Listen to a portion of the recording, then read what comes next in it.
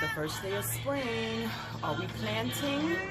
Are we doing something to take advantage of what's about to start happening within the world? If we're nature's children, we act according to what nature is doing. So what we're doing in my house is planting, right? I've already started my planting previously. These are my sunflowers that I planted on March the 8th. I have the tendency to put labels and dates so that I see how fast something starts to grow. Miraculously, 5 sprouted. It's not funny. So what I'm going to plant today is some irises, which is for purification and for wisdom, faith, wisdom, and valor. And I bought some seeds, so I'm going to plant these. I'm also going to plant some holy basil, so I have some seeds for that. I have also some tobacco and some wheat that I'm going to be planting as well. Prosperity, abundance is the wheat. The tobacco is the sacred plant. I have a lot of native and indigenous ancestry as well as in my spiritual court, so I plant that for them. Normally when in the old days, what they would do is when they would go and pull herbs and roots and things from the earth, they would sprinkle tobacco around where they've taken from as an offering and a barter for what they've taken. So I'm going to be planting that as well.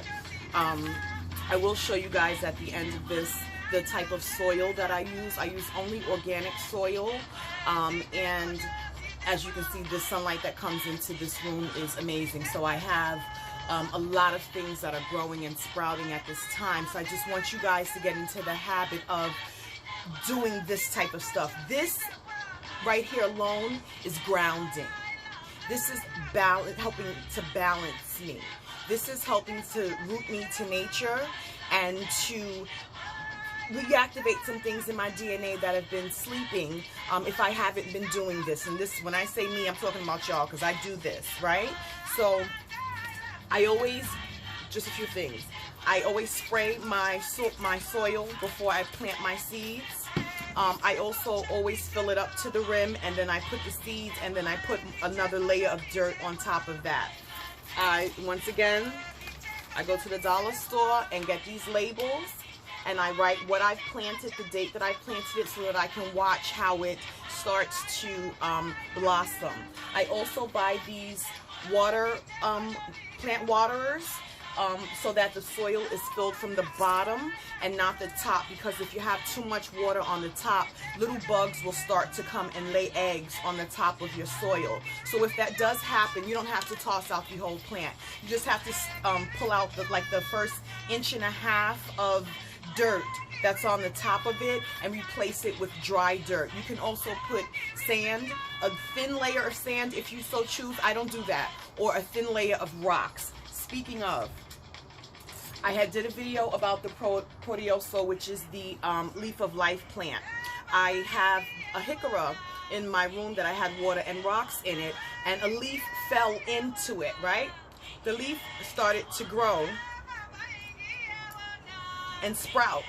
Nothing but water and rocks in it. This Proteoso plant, the leaf of life, Siempre Viva, this plant grows like nobody's business. This is one of the easiest things to grow and to plant. So now they have the little hairs, which are the roots that grow out from the side of the leaf. All I have to do is lay this on top of dirt like this and put a little bit of dirt on the corners and water it. Spray it, water it, and this will grow into this huge plant that I've showed you before. I have like 6 of these in my house, and they're massive.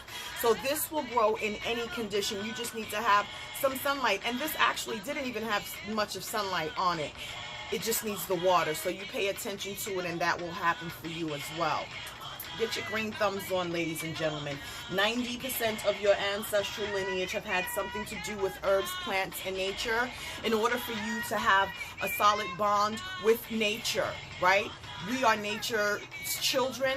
These are nature's forces and energies that we always want to commune with, right? So we have to learn their language. We have to learn what it is that they offer us as far as what nature gives and how do we commune with it.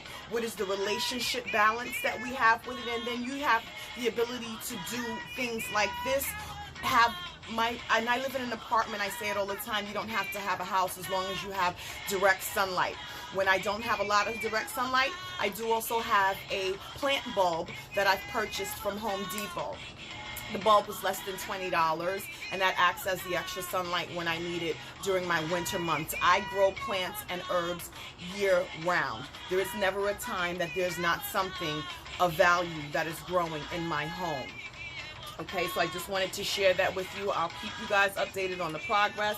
I've never done the irises before, so that's going to be new for me. I've done tobacco before, and they come out amazing. For the tobacco, though, these plants, these pots, these are beginner pots. These are what I use to get it growing. Once it gets big, I change into much larger pots so that I have more room for my roots to grow and for my plants to get larger. Also, when you buy pots, plants that are already potted from stores and they come in those little containers, you must absolutely change the pot immediately. Those little plastic hole in the bottom things that they have always squeeze and stifle the roots.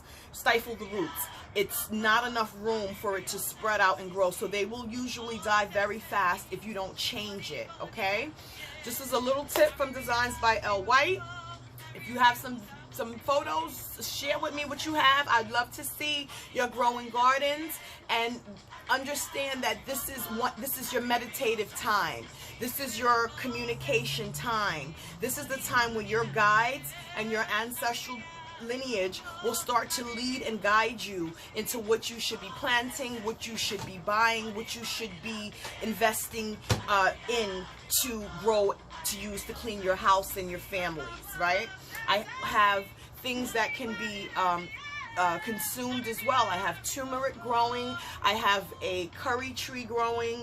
I have quite a few things. I don't even know what else is back there. I have some red peppers growing back here. Quite a few things.